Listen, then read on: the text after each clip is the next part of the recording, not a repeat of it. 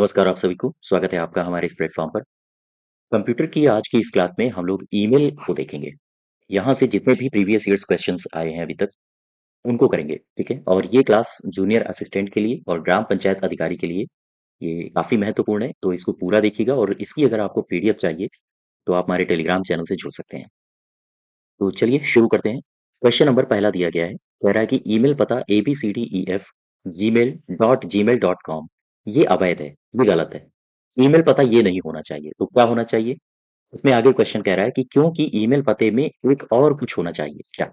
एक संख्यात्मक वर्ण होना चाहिए, ठीक है?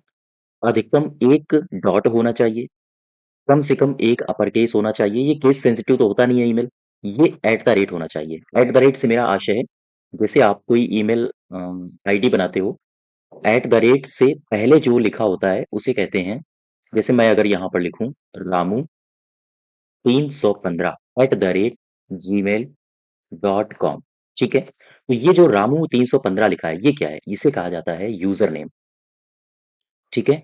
ये यूजर नेम है और ये gmail.com क्या है? ये है डोमेन नेम और ये एट द रेट से जुड़ा है। तो हमारा सही उत्तर हो जाएगा एट द रेट, ठीक है? अब यहाँ पर केस सेंसिटिव या 1 2 3 जैसे वर्ड्स भी आप अंक भी डाल सकते हो, ठीक है? हाँ, तो इसका सही उत्तर होगा डी। नेक्स्ट देखो, ग्राफिक्स फाइल के लिए एक्सटेंशन की पहचान करें। ग्राफिक्स फाइल के लिए एक्सटेंशन की पहचान क्या है? डॉट जेपीजी, ठीक है? अच्छा, ये डॉट जेपीजी है, एक शब्द और आपने सुना होगा जेपीईजी, इसका फुल फॉर्म पूछा जाता है, इसका सही उत्तर होगा डॉट जेपीजी। और जेपीजी का पूरा नाम क्या होता है? इसको याद रखो, joint photographic photographic experts group, ठीक है? ये हाँ, इसका फुल फॉर्म एग्जाम्स में कई बार पूछा गया है, इसका फुल फॉर्म्स आप याद रखो, ठीक है? तो ग्राफिक्स फाइल में एक्सटेंशन की पहचान क्या है? एक्सटेंशन की पहचान है डॉट जेपीजी। नेक्स्ट देखो, 1024 गीगाबाइट किसके बराबर होता है? तो ये आपको यूनिट्स पता होनी चाहिए, जैसे मैं यहाँ पर लिख रहा हूँ वो आप याद करिएगा, एक निबल। और ये हर एक एग्जाम में कम से कम एक प्रश्न आता है, एक निबल बराबर 4 बिट के, ठीक है? वहीं अगर हम एक बाइट की बात करें, तो ये 8 बिट के बराबर होती है या फिर 2 निबल के बराबर होती है, ठीक है? 1024 बाइट किसके बराबर होता है? ये 1 किलो बाइट के बराबर है। ये किलो बाइट में लिख रहा हूँ, केबी का मतलब है किलो बाइट, ठीक है? वहीं अगर मैं केबी को इधर ले आऊं और मैं लिखूं 1024 किलो बाइट बराबर है 1 एमबी के। ये एमबी क्या है? ये है मेगा बाइट, ठीक है? ठीक है, अब आप मेगा बाइट को इधर ले आओ, यानी कि 1024 एमबी बराबर क्या होगा? 1 गीगाबाइट के, 1 जीबी, ये है गीगाबाइट, ठीक? अब गीगाबाइट को इधर ले आओ, यानी कि मैं अगर लिख दूं 1024 गीगाबाइट, ये किसके बराबर होगा? तो ये होगा 1 टीबी के। टीबी मतलब होता है टेराबाइट, क्लियर बात? अब टीबी को उठा के इधर ले आओ, यानी कि 1024 टीबी इक्वल टू क्या होगा? ये होता है 1 टीबी, यानी कि डेटा बाइट के, ठीक है? एक अब पीबी को उठा के इधर ले आओ, यानी कि 1024 पेटा बाइट इक्वल टू होगा 1 ईबी के। ईबी क्या है? ईबी है एक्साबाइट, एक्साबाइट, ठीक? अब ईबी को उठा के इधर ले आओ, यानी कि 1024 एक्साबाइट इक्वल टू होता है एक जेडबी। जेडबी होता है जेटाबाइट, जेटाबाइट, ठीक? यहाँ तक क्लियर हो गया? तो एक ईबी इक्वल टू, हाँ, एक जेडबी। अब जेडबी को उठा के इधर ले आओ, यानी कि 1024 जेडबी यानी जेटाबाइट इक्वल टू होगा 1 वाईबी। 1 वाईबी क्या है? ये वाईबी होता है योटा बाइट, योटा बाइट। तो ये कुछ यूनिट्स हैं जो आपको पता होनी चाहिए। जैसे आपसे पूछा गया था 1024 गीगाबाइट, गीगाबाइट कहाँ पर है? 1024 गीगाबाइट इक्वल टू होता है 1 टेराबाइट के, ठीक है? हाँ, याद रखिए इनको सबको, ये सारे के सारे आप फेयर में उतारिए और इनका रिवीजन करिए। क्वेश्चन नंबर चौथा देखो, जंक ईमेल को और क्या कहा जाता है? जो जंक ईमेल है, जंक ईमेल, ठीक? या इसी को कहते हैं ईमेल स्पैम, स्पैम, या इसी को कहा जाता है अनसॉलिसिटेड बल्क ईमेल, ठीक? ये तीनों नाम एक ही हैं, तो याद रखिएगा इसको कहे, इसको जो जंक ईमेल है, हाँ, वो होगा स्पैम। अच्छा, ये होता क्या है? ये दरअसल एक अवांछित ईमेल है, याद रखो, ये दरअसल एक अवांछित ईमेल है जो अनेक व्यक्तियों के पास, अनेक व्यक्तियों को उनके ईमेल एड्रेस में भेजा जाता है। ईमेल एड्रेस में भेजा जाता है, ठीक है? तो तभी मैंने लिखा है ये एक बल्क ईमेल है, अनसॉलिसिटेड। क्लियर है बात? हाँ।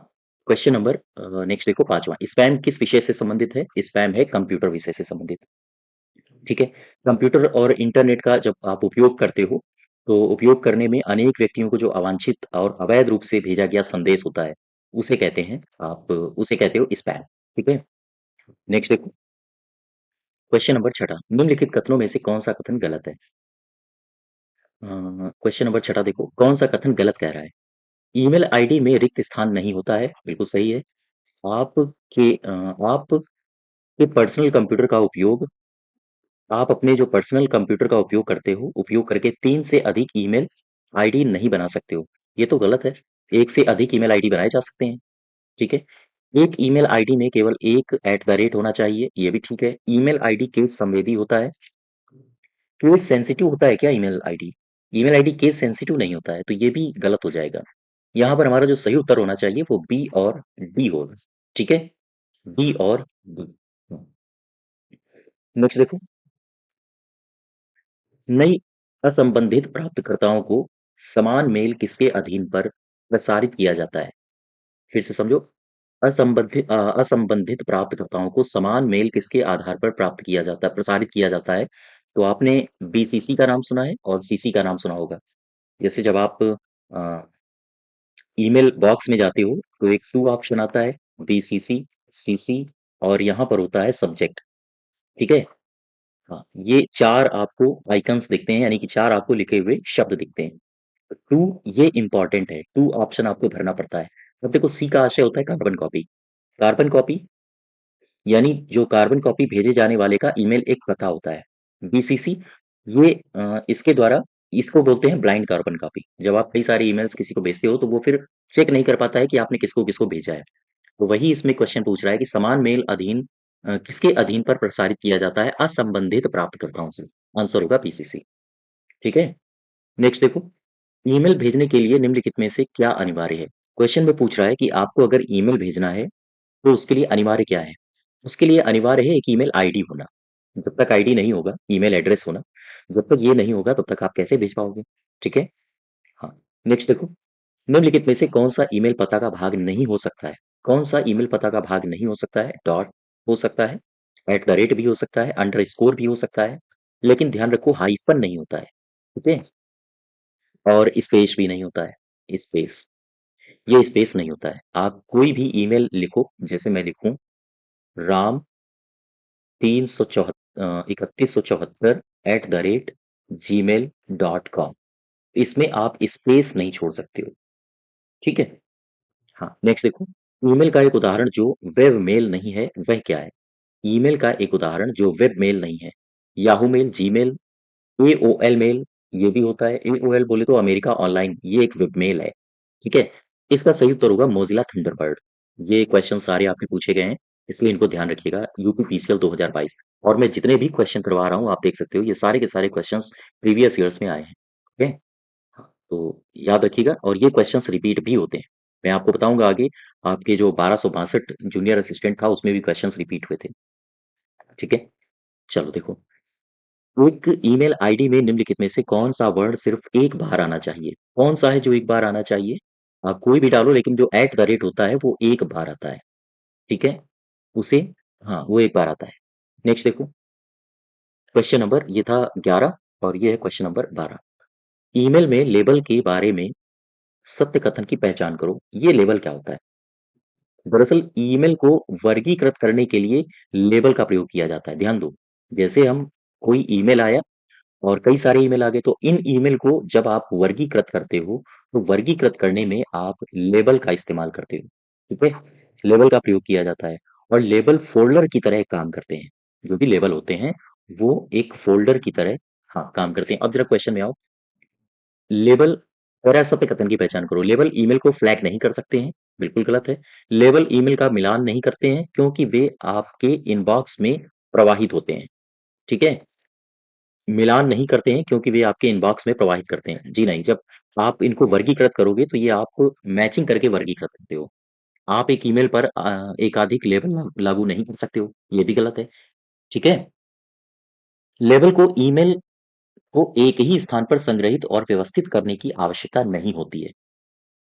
आप प्रत्येक लेबल के अंतर्गत संदेशों की खोज कर सकते हो। बिल्कुल सही है, यही डी पार्ट सही है हमारा। क्वेश्चन नंबर 13 देखो, ईमेल एड्रेस के बारे में निम्नलिखित में से कौन सा कथन सही है?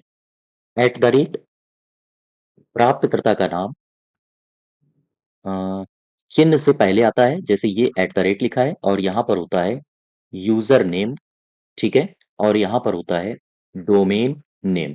तेरा कौन सा कथन गलत है? ये पूछा है आपसे। पूछा है कि प्राप्तकर्ता का नाम यानी यूजर का नाम एट द रेट चिन्ह से पहले आता है, ये तो सही है, गलत तो है नहीं। ये है प्राप्तकर्ता का नाम। नेक्स्ट देखो, domain name at the rate चिन्ह के बाद आता है, तो हाँ, ये बाद में है, तो ये भी सही है। तो इसमें जो गलत पूछा है आपसे वो हो जाएगा, ना तो एक गलत है और ना ही दूसरा गलत है, ठीक है? नेक्स्ट देखो, टॉम लिंसन निम्नलिखित में से किसके विकास के लिए प्रसिद्ध है? टॉम लिंसन किसके विकास के लिए प्रसिद्ध है? ये ईमेल के विकास के लिए प्रसिद्ध है, ठीक है? ईमेल का पूरा नाम क्या होता है? इलेक्ट्रॉनिक इलेक्ट्रॉनिक मेल, ठीक। अच्छा, ये किस सिद्धांत पर कार्य करता है? ये भी आपसे पूछा जाता है। ये करता है client server model. Client server model पर ये कार्य करता है, ठीक है? ध्यान रखिएगा इसको। और इसका विकास किसने किया था? विकास किया था रे टॉमलिंसन ने। नेक्स्ट देखो, अच्छा इसी में अगर मैं आपसे एक बात और समझाऊं, जैसे आप इंटरनेट के माध्यम से ईमेल को इधर उधर भेजते हो, ठीक है? तो अगर मैं आपसे पूछूं कि जब आप इंटरनेट के माध्यम से ईमेल भेजते हो, ईमेल भेजने में कौन-सा प्रोटोकॉल का इस्तेमाल करते हो? ये क्वेश्चन पूछा जाता है। ईमेल भेजने में इंटरनेट के माध्यम से किस प्रोटोकॉल का इस्तेमाल करते हो? तो ईमेल भेजने में आप करते हो SMTP, simple mail transfer protocol. अब मैं एक क्वेश्चन और आपसे पूछ रहा हूँ। जब आप संदेश इंटरनेट के माध्यम से प्राप्त करते हो, ये तो आपने भेजा है, अब आप प्राप्त कर रहे हो। संदेश प्राप्त करने में या ईमेल प्राप्त करने में आप किस प्रोटोकॉल का इस्तेमाल करते हो? किस प्रोटोकॉल का इस्तेमाल किया जाता है? तो याद रखिएगा पीओपी। पीओपी से आशय है पोस्ट ऑफिस प्रोटोकॉल, ठीक है? पोस्ट ऑफिस प्रोटोकॉल, तो ये दोनों बातें आप याद रखो। नेक्स्ट देखो, भारतीय मूल के शिव अय्यादुराई किसके आविष्कार से जुड़े हैं? तो ये जुड़े हैं ईमेल के आविष्कार से। नेक्स्ट देखो, जीमेल में 2 दिनों से पुराने मैसेज को खोजने के लिए निम्नलिखित में से क्या दर्ज करना चाहिए? तो याद रखिएगा क्या दर्ज करना चाहिए? ये दर्ज करना चाहिए आपको older older underscore older than 2D। जैसे 2 दिनों से आप पीछे जा रहे हो तो फिर ये आप टाइप करोगे। अगर आप 1 महीने पीछे जा रहे हो तो फिर 1M टाइप करोगे। अगर आप 2 महीने पीछे जा रहे हो तो 2M टाइप करोगे, ठीक है? ये पूरा आप लिख दीजिए, आप उतने पुराने ईमेल प्राप्त करते जाओगे। अगर आप 1 साल पुराना पाना चाहते हो 1Y, 2 साल पुराना प्राप्त करना चाहते हो तो फिर Y। ये आप टाइप करते रहिए और ये पूरा सेम रहेगा। तो फिर आप उन मैसेज को प्राप्त करते जाओगे। तो आंसर होगा ओल्डर देन 2D, ठीक है? क्लियर बात?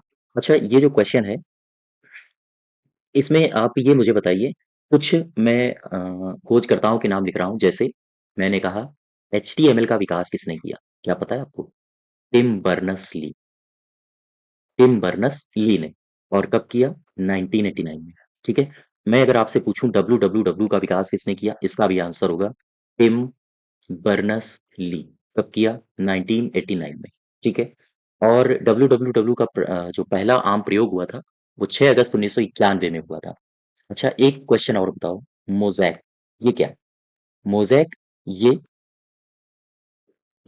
पहला ग्राफिकल वेब ब्राउज़र है, ग्राफिकल वेब ब्राउज़र है, ठीक है? और मोज़ैक का इस्तेमाल किसने किया था? दरअसल डब्ल्यूडब्ल्यूडब्ल्यू में इस्तेमाल होने वाला मोज़ैक पहला ग्राफिकल वेब ब्राउज़र है और इसका इसका इसका विकास किसने किया था? याद रखिएगा मार्क एंडरसन। इसका विकास मार्क एंडरसन ने किया था 1993 में, ओके? हाँ। क्वेश्चन नंबर नेक्स्ट देखो, जीमेल कितना फ्री स्टोरेज प्रदान करता है? याद रखिएगा, एक क्वेश्चन बहुत इंपॉर्टेंट है, यूपी ट्रिपल एससी 2016 में पूछा गया है और अन्य एग्जाम्स में भी ये कई बार पूछा जा चुका है। तो 15 GB ये फ्री डेटा स्टोरेज देता है। ठीक है। हाँ। नेक्स्ट देखो, जब एक ईमेल किसी यूजर के द्वारा दूसरे यूजर को भेजा जाता है तो प्रेषक को आमतौर पर भेजा गया मेल कहाँ पर प्राप्त होता है? जैसे सपोज करो ये आप हो, ठीक है, ये कोई अन्य बंदा है, आप हो प्रेषक और ये है कोई अन्य बंदा, ठीक है, जिसको आप मेल भेज रहे हो। आपने कोई मेल इसको भेजा, तो फिर अब क्वेश्चन ये पूछ रहा है कि ये जो आप मेल भेज रहे हो, अगर प्रेषक चेक करना चाहे कि ये मेल कहाँ गया है, हमारे किस बॉक्स में है, तो फिर वो कहाँ उसे मिलेगा? भाई इसने भेजा है, इसने सेंड किया है, तो वो उसे सेंट बॉक्स में मिलेगा। ठीक है, इस फ़ोल्डर में मिलेगा। नेक्स्ट देखो, आपकी ब्लैक लिस्ट पर प्रेषक के ईमेल हमेशा किस फ़ोल्डर में आते हैं? आपकी जो ब्लैक लिस्ट होती है, उसमें प्रेषक के द्वारा ईमेल हमेशा किस फ़ोल्डर में आते हैं? वो स्पैम के रूप में आते हैं, स्पैम के रूप में।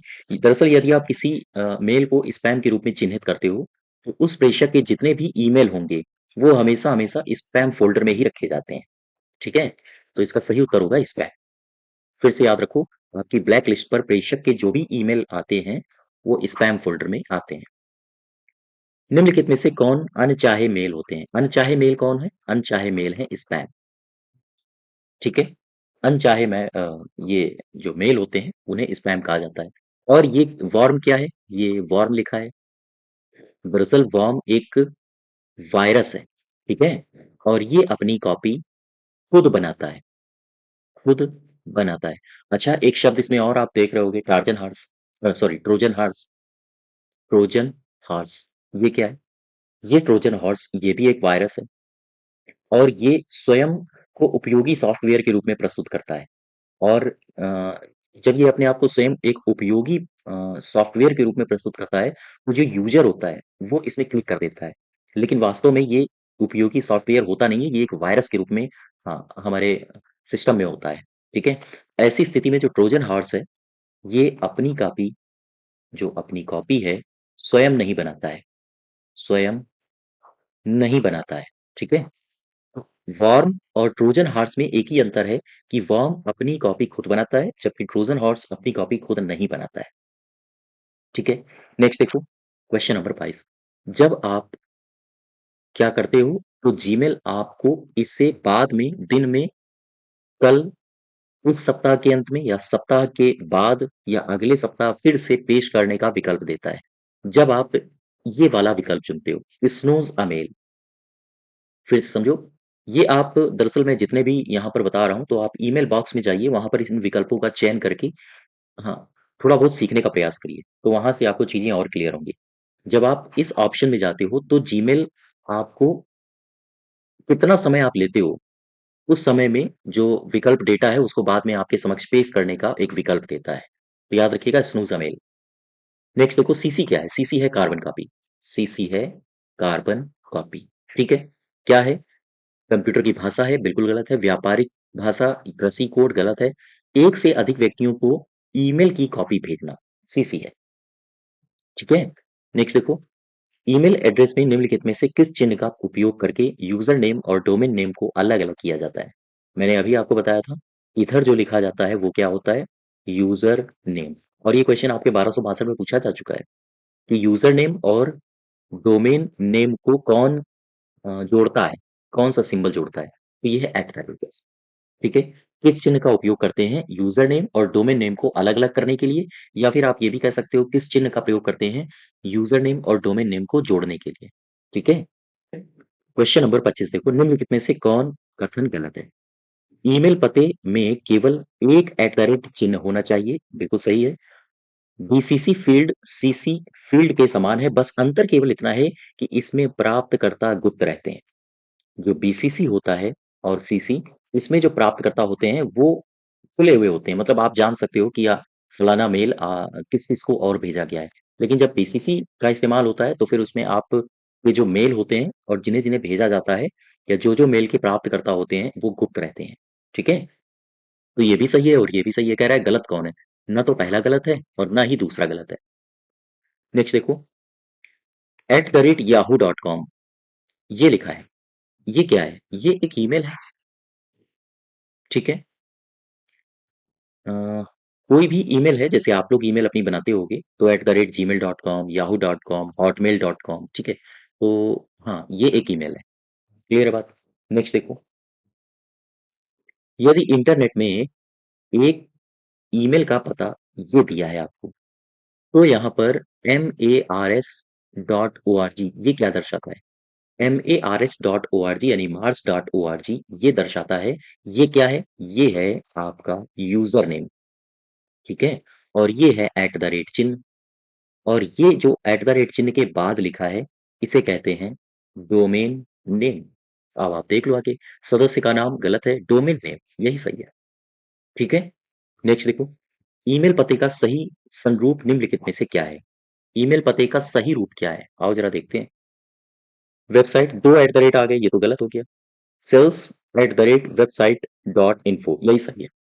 जैसे आप अगर लिखते हो Rekha Rekha underscore 314 at the rate gmail.com, तो ये क्या है? ये यूजर नेम है। इसके बाद आपने डोमेन नेम का इस्तेमाल किया, तो यही तो इसमें पूरी प्रॉपर्टी फिल कर रहा है। ये हो गया यूजर नेम और ये हो गया डोमेन नेम, ठीक है? यहाँ पर एट द रेट चिन्ह का इस्तेमाल किया नहीं गया है, ठीक है? नेक्स्ट देखो, डेस्कटॉप कंप्यूटर पर जीमेल में ईमेल का जवाब देते समय निम्नलिखित में से कौन सा विकल्प नहीं होता है? कौन सा विकल्प नहीं होता है? ये आपसे पूछा है।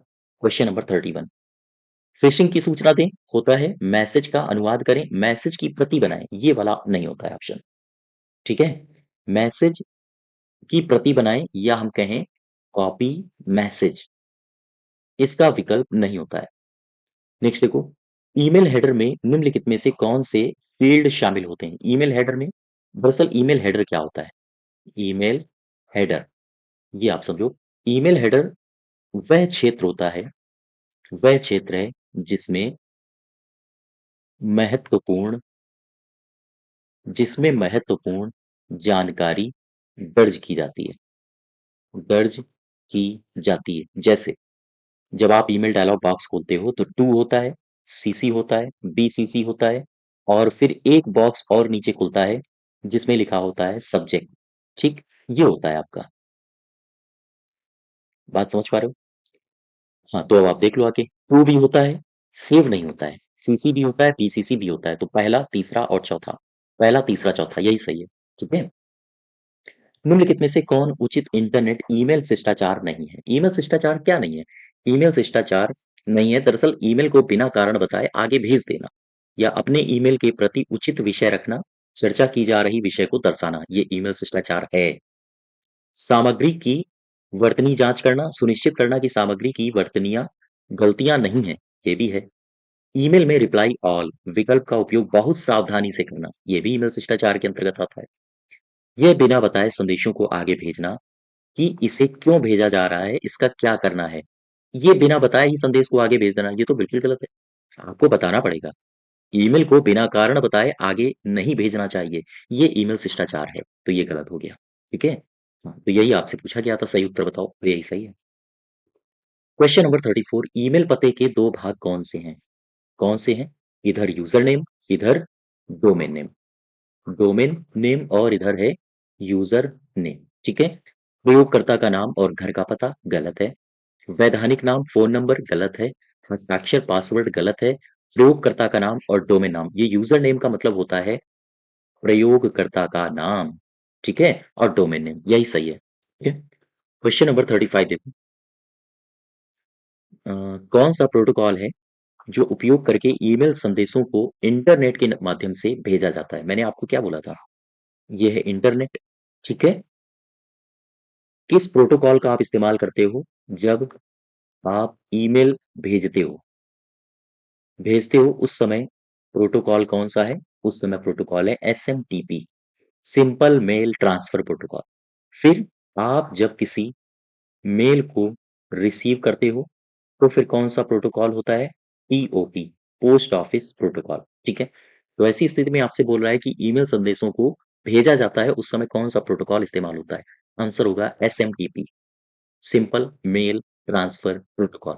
ठीक है, नेक्स्ट देखो, ईमेल पता india@solu.edu में इंडिया क्या है?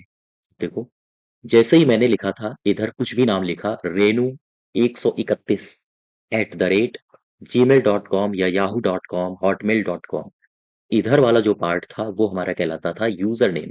ठीक है, और इधर वाला जो पार्ट था वो कहलाता था क्या बोलते थे इसको, ये तो यूजर हो गया प्राप्तकर्ता का, और इसे क्या बोला जाता था, यूजर नेम, और देखो मैं नाम भूल गया, हाँ डोमेन नेम। ठीक है, डोमेन नेम। अब देखो एक बार, इंडिया क्या है, इंडिया क्या है, इंडिया है यूजर नेम, तो आंसर हो जाएगा यूजर नेम। ठीक है, अनचाहे ईमेल को सामान्यतः क्या कहा जाता है, अनचाहे ईमेल को सामान्यतः कहा जाता है स्पैम। ठीक है, इसे कहा जाता है स्पैम। बात समझ पा रहे हो? हाँ, सही उत्तर हो जाएगा स्पैम। नेक्स्ट देखो, निम्नलिखित में से किस टीसीपी आईपी लेयर में शक्तिशाली internet protocol IP, address resolution protocol ARP और internet control message protocol ICMP का इस्तेमाल होता है? तो ये इंटरनेट प्रोटोकॉल है ना, तो ये इंटरनेट लेयर हो जाएगा। ठीक है, इसमें बहुत दिमाग लगाना ही नहीं है। इंटरनेट लेयर, नेट या इसी को कहा जाता है नेटवर्क लेयर। ठीक है, हाँ। अच्छा, ये लिखा है फिजिकल लेयर, ये क्या होता है? मैं यहाँ पर लिख रहा हूँ, ये लिखा है फिजिकल लेयर। ये क्या है? दरअसल फिजिकल लेयर नेटवर्क के लिए, फिजिकल लेयर नेटवर्क के लिए उपयोग किए जाने वाले हार्डवेयर की विशेषताओं को निर्दिष्ट करता है, विशेषताओं को निर्दिष्ट करता है। ठीक उसी प्रकार ये जो डेटा लिंक लेयर लिखा है, इसमें नेटवर्क संस्थाओं के बीच डेटा स्थानांतरित करना, इसे दर्शाया जाता है। हाँ, तो इसका सही उत्तर हो जाएगा बी। नेक्स्ट देखो, भारतीय मूल के शिव अय्यादुराई किसके आविष्कार से जुड़े हैं? ये हैं ईमेल के आविष्कार से जुड़े हैं। ठीक है, नेक्स्ट देखो, ईमेल भेजते समय बीसीसी का क्या दर्शाता है? बीसीसी दर्शाता है blind carbon copy, blind carbon copy. Email जो आईडी होता है उसमें निम्नलिखित में से किसकी गुंजाइश नहीं होती है? तो ध्यान रखें, इसमें गुंजाइश नहीं होती है स्पेस की, या हम कहें रिक्त स्थान की। ठीक है, हाँ। नेक्स्ट देखो, एक ईमेल का अर्थ क्या है कि वह कुछ समय के लिए गायब हो जाएगा और फिर आपके द्वारा चुने जाने पर आपके इनबॉक्स में शीट्स पर वापस आ जाएगा, जैसा कि आप इसे फिर से प्राप्त कर सकें। ये होता है स्नूजिंग। ठीक है, ये मैं आपको पीछे बता चुका हूँ, और आप इसको अपने ईमेल बॉक्स में इन सारे विकल्प को एक बार आप प्रैक्टिस करके भी देख सकते हो, इन सारे विकल्पों को आप इस्तेमाल करके भी देख सकते हो, तो ज़्यादा गहराई से आप समझ पाओगे। ठीक है, नेक्स्ट देखो, ईमेल संदेशों को संग्रहित करने के बारे में फ़ाल्स कथन कौन-सा है, गलत कथन कौन-सा है? संग्रह, क्वेश्चन नंबर 46, संग्रह करने से संदेश इनबॉक्स देखने से हट जाता है, गलत कथन पूछ रहा है। संग्रहीत संदेशों को खोजा नहीं जा सकता, यही गलत है। संग्रहीत संदेशों किसको है, आप किसको खोज नहीं सकते हो, जो भी मेल आपके संग्रहित हुए हैं, तो संग्रहित संदेशों को खोजा जा सकता है। ठीक है, हाँ, यही हमारा गलत है। बाकी सारे सही हैं, आप इनको पढ़ के देख लीजिएगा। नेक्स्ट देखो, ईमेल में निम्नलिखित में से कौन सा फील्ड खाली नहीं छोड़ा जाता? तो कौन सा है जो खाली नहीं छोड़ा जाता है? देखो, टू, सीसी, बीसीसी और एक होता है सब्जेक्ट। तो ये जो टू है, ये निम्नलिखित में से, हाँ, यहाँ आपसे पूछ रहा है, ये जो टू है, आप इसे खाली नहीं छोड़ सकते हो, क्योंकि टू ही है जिसे आप भेज रहे होते हो। जैसे कोई मेल है, आप किसे भेजते हो? तो हाँ, जिसे भेजते हो, अगर वही आप नहीं भरोगे तो फिर मेल जाएगा उसके पास कैसे? ठीक है, हाँ, तो टू को खाली नहीं छोड़ा जा सकता है। नेक्स्ट देखो, निम्नलिखित में से कौन सा कथन गलत है? गूगल एक खोज इंजन है जो मूल रूप से लैरी पेज और सर्गेई ब्रिन इन्होंने विकसित किया था, बिल्कुल सही है। बिंग माइक्रोसॉफ्ट द्वारा विकसित वेब ब्राउजर है, ये गलत है। जो बिंग है, ये माइक्रोसॉफ्ट द्वारा विकसित एक सर्च इंजन है। ठीक है, हाँ, तो इसमें केवल दो गलत होगा। कौन सा गलत है? केवल दो। ठीक है, नेक्स्ट देखो, ईमेल भेजते समय निम्नलिखित में से कौन सा क्षेत्र खाली नहीं छोड़ा जा सकता है? अब देखो, यहाँ ये क्वेश्चन फिर से रिपीट हुआ है। मैं वही आपसे कह रहा हूँ कि क्वेश्चंस प्रीवियस ईयर्स लगाना बहुत अनिवार्य है, क्योंकि क्वेश्चंस रिपीट होते हैं। अब देखो, ये क्वेश्चन 2020 में पूछा गया है, और मैंने अभी आपको बताया था खाली नहीं छोड़ा जाता है, यूपीपीसीएल 2018 में पूछा गया है ना? तो याद रखिएगा टू। तो इसलिए जितने भी जहाँ से भी प्रीवियस ईयर्स मिले, आप उनको लगाइएगा ज़रूर, ठीक है? और मैं इस सीरीज़ में आपको अधिक से अधिक जितने भी हो सकते हैं, जितने भी एग्ज़ाम्स में अभी तक कंप्यूटर संबंधित क्वेश्चंस पूछे गए हैं, मैं उन सारे क्वेश्चंस को आपके समक्ष रखने का प्रयास पूरा का पूरा करूँगा, ठीक है? हाँ, तो लगातार जुड़े रहिए हमसे और इसकी अगर आपको पीडीएफ भी डाउनलोड करनी हो, तो आप मेरे टेलीग्राम चैनल से भी लगातार जुड़ सकते हो। क्वेश्चन नंबर 49 देखो, अनपेक्षित ईमेल या जंक मेल ये क्या है? मैंने अभी आपको बताया था 3-4 क्वेश्चंस ये रिपीट हो चुके हैं। ये एसएससी 2012 में पूछा गया था, इससे पहले पीसीएल में पूछे गए थे। तो ये स्पैम है। क्वेश्चन नंबर 50 देखो, कह रहा है कि का अर्थ ये यहाँ पर किसी ऑप्शन को आपको भरना है। इसका अर्थ होता है कि उन अवांछित वाणिज्यिक ईमेल से जिसकी इंटरनेट पर बाढ़ आ जाती है। ये किसे कहते हैं? ये कहते हैं स्पैम को। स्पैम का अर्थ होता है कि उन अवांछित वाणिज्यिक ईमेल्स से है जिसकी इंटरनेट पर बाढ़ आ जाती है। तो याद रखिएगा स्पैम को मैंने और भी कई सारे नाम दिए हैं, ठीक है? हाँ, तो जंक ईमेल भी इसे कहा जाता है। तो ये मैं आपको पीछे बता चुका हूँ, ठीक है? तो इसका जो सही उत्तर हो जाएगा वो हो जाएगा स्पैम। अच्छा ये क्वेश्चन हमारे 50 हैं, जो कि ईमेल से संबंधित हैं। तो इनकी अगर आपको पीडीएफ डाउनलोड करनी हो तो आप हमारे टेलीग्राम चैनल से जुड़ सकते हैं। तो आज यहीं तक रखते हैं। खुश रहिए, मस्त रहिए, होली मनाइए। होली की शुभकामनाएँ सभी को। धन्यवाद।